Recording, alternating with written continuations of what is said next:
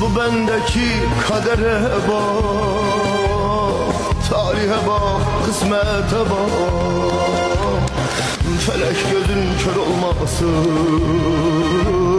üstümüze gülene bak.